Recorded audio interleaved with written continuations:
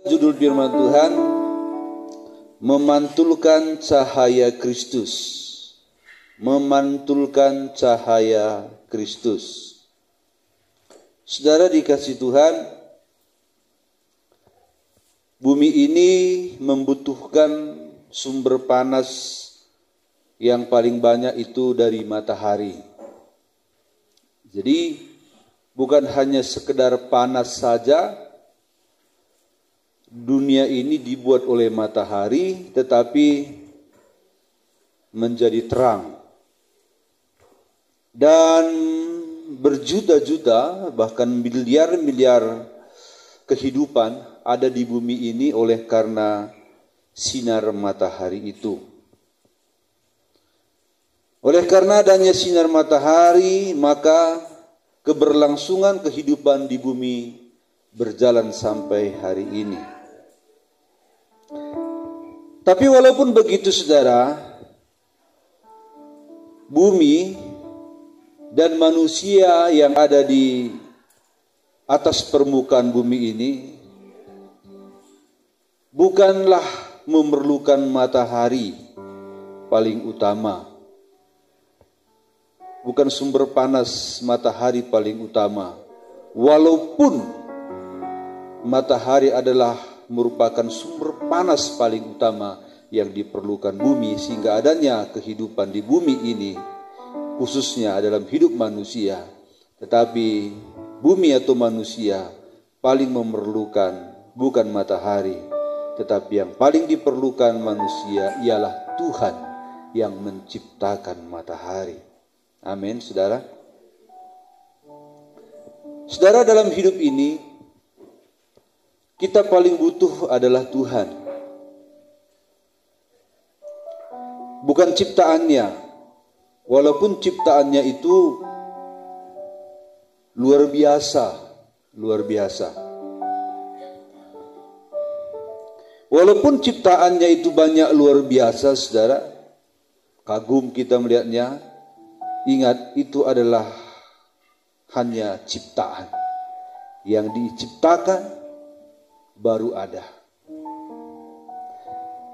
Tetapi saudara dikasih Tuhan, yang paling kita perlukan adalah si pencipta segala sesuatu. Si pencipta segala yang ada. Itulah yang paling kita perlukan dalam hidup ini. Mungkin kita berpikir, aku tidak bisa hidup tanpa anakku. Ya. Aku tidak bisa hidup tanpa istriku. Bisa saja. Aku tidak bisa hidup tanpa suamiku. Aku tidak bisa hidup tanpa makan dan tanpa minum. Saudara, sekali lagi, itu hanya sementara. Tapi bagaimana kalau satu hari kita terpisah dengan Dia, yaitu Kristus Yesus, dan kita mati dalam keabadian. Artinya mati dalam keabadian itu terpisah dengan Allah selamanya. Dihukum di kehidupan yang kekal. Tidak lagi melihat hari yang baik. Tidak lagi melihat pesta pemain rebana. Tidak lagi pernah melihat kicauan burung di pagi hari. Mendengar kicauan burung di pagi hari. Tidak pernah lagi melihat bersinarnya matahari di pagi hari menyinari bumi.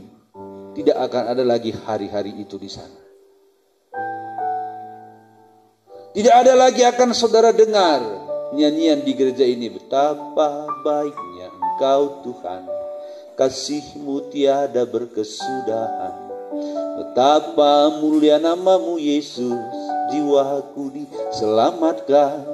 Hosana, ku memuji Tuhan. Hosana, ku tinggikan Yesus. Hosana, Hosana, Hosana.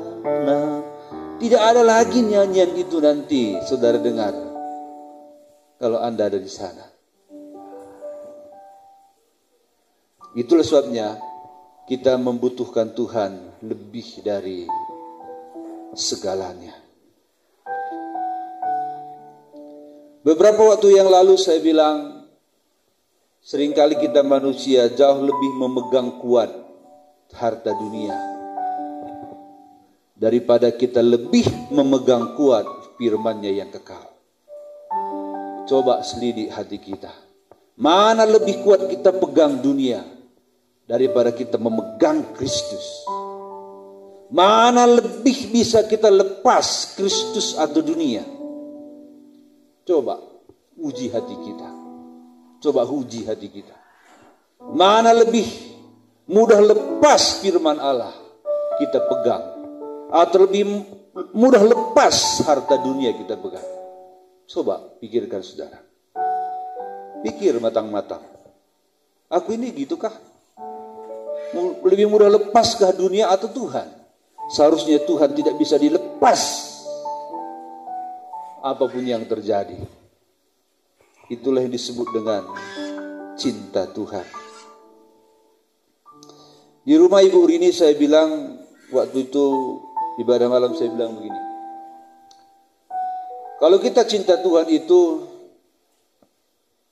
harus kita buktikan bukan hanya perkataan, tapi perbuatan. Perbuatan dan perkataan itu selaras, sepasang dia. Saya bilang di situ bahwa 1 bulan itu hanya 4 minggunya. 4 kan, sudah rata-rata 4, kadang 5, tapi rata-rata 4. Di gereja kita saya bilang 4 minggu ini saja banyak tidak sanggup memenuhi kewajibannya kepada Tuhan.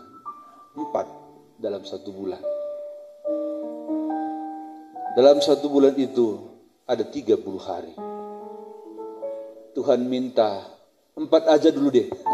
Gak usah ibadah malam dulu, 4. Mampukah kita semua? Jadi kalau begitu, itukah cinta Tuhan? Itukah sayang Tuhan? Bukankah segala sesuatunya dari Dia? Dan Tuhan minta kita memantulkan cahayanya, memantulkan cahaya Kristus ke sekeliling kita, ke suami kita, ke istri kita, ke anak-anak kita, saudara seiman. Kalau seandainya kita ini ibarat satu terang yang kecil, ya, kecil. Ini lampu saudara, itu ada lampu kecil ya, itu taruhlah di malam hari kita hanya berapa watt? Ini 5 watt ini saudara, 5 watt. Taruhlah kita 5 watt terang kita di malam hari. Kita hadir ini saya rasa 50 kurang lebih ya, 40 ke 50 orang. Kalau terang itu disatukan, ini 5 watt kali 50 orang, itu sudah sangat bersinar sekali. Tapi sayangnya, sering kita tidak punya sinar. Apa artinya dipersatukan? Terangnya tetap kecil, saudara dikasih Tuhan. Tapi hari ini saya yakin dan percaya kita semua sudah bersinar. Amin. Kita sudah bersinar. Kalau gereja kita sudah bagus ini saudara, memantulkan cahaya dengan plafonnya yang bagus. Saya berpikir, saya bersuka cita dengan adanya ini. Saudara sudah memberi sumbangan saudara lewat janji iman.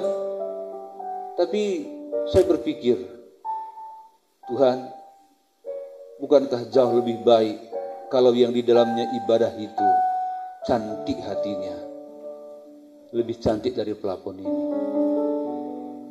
Amin saudara. Jadi kalau begitu mulai minggu depan hadir kita semua. Sinari suami di rumah, sinari istri di rumah. Amin. Sayangi dia dengan kasih Kristus. Jangan repeti terus. Nah, saudara dikasih Tuhan, di satu kota di Eropa, Ada nama kota itu bernama Rjukan, kota Rjukan, tepatnya di negara Norwegia. Kota itu saudara boleh dibilang jarang sekali kena sinar matahari. Penduduk kota itu ada sekitar 30.000 jiwa. Jadi mengapa kota itu jarang kena sinar matahari? Karena dia ada di balik gunung, dia di lembah, dan gunung-gunung yang tinggi itu menghalangi sinar matahari. Jadi kota itu hanya mendapat sinar matahari di bulan September sampai Maret, kurang lebih 3 bulan ya. September sampai Maret, ya. Berapa itu? Setengah tahun ya. Setengah tahun. Jadi dengan begitu maka pemerintah yang ada merasa kasihan dengan penduduk kota itu. Jadi di tahun 1913 pemerintah telah merancang membuat cermin raksasa di atas bukit, supaya cermin raksasa itu memantulkan sinar matahari ke kota Rjukan. Jadi ada pembantu ya, ada pembantul. Karena tumbuhan pun kurang bagus di sana dan dingin. Di waktu-waktu tertentu penduduk kota Rjukan pergi naik gunung untuk mendapatkan sinar matahari. Walaupun matahari bersinar terang begitu, tapi mereka tetap kedinginan. Tetapi saudara, di tahun 1913 itu direncanakan, ya, diprogramkan, tapi terlaksana 2013, sekitar 100 tahun setelah diprogramkan. Program itu jalan, baru selesai baru 2013. Jadi cermin raksasa yang di atas bukit itulah yang menyinari, memantulkan cahaya matahari ke sendi-sendi kota Rjukan yang tidak kena sinar matahari. Dan itu cermin raksasa yang biayanya cukup mahal, saudara. Ada 30.000 penduduk kota itu yang membutuhkan sinar matahari itu sekitar 6 bulan. Coba bayangkan saudara, luar biasa ya. Tapi dengan adanya sinar itu, maka kehidupan orang di sana itu ada perubahan. Kenapa? Karena ada sinar pantulan. Pantulan dari matahari dulu, disinarinya cermin raksasa di atas bukit, lalu cermin itu memantulkan cahayanya ke kota Rjukan yang tidak kena sinar matahari. Dan itu berjalan seturut dengan perjalanan matahari. Ya, jadi kalau jalan gini matahari dia ikuti. Sehingga pantulannya itu selalu mengenai kawasan kota yang tidak kena sinar matahari. Sehingga keadaan lebih baik, tumbuhan lebih baik, ekonomi lebih baik. Manusianya, orangnya pun lebih sehat. Ya, semua energi-energi yang ada bisa lebih aktif, ya, bangkit semua. Apa maksud dari saya mengambil ilustrasi ini, saudara? Kita adalah pemantul dari sinar Kristus itu. Amin. Seperti cermin raksasa di kota Rjukan ini, yang menyinari kegelapan di kota Rjukan, yang membuat kota Rjukan itu dingin, hangat, yang membuat di sana tidak tumbuh tanaman, ataupun tanaman itu tumbuhnya tidak sempurna, kurus-kurus semua. Waktu datang sinar itu, tumbuh-tumbuhan itu normal. Saudara, kita adalah pemantul dari sinar Kristus. Dia adalah sumber, kita pemantul. Matahari adalah sumber panas yang diperlukan bumi. Maka cermin raksasa memantulkan kegelapan, kedinginan, kegelembapan kota Rukan. Tuhan adalah sumber daripada cahaya abadi, cahaya kekal. Sekeliling kita, saudara, itu gelap secara rohani. Andalah yang Tuhan inginkan memantulkan sinar Kristus itu kepada sesama. Amin. Firman Tuhan berkata, jangan padamkan roh. Harus bersinar, saudara. Sumber sinar kita, sumber cahaya kita ialah Tuhan. Mari sinari sekeliling kita.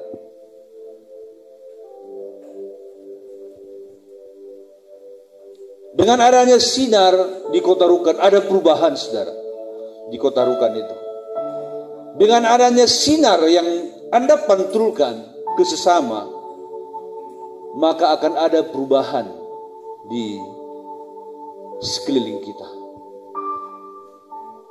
Kalau selama ini kita tidak bersinar, karena memang tidak ada pantulan itu, sudah saatnya kita bersinar.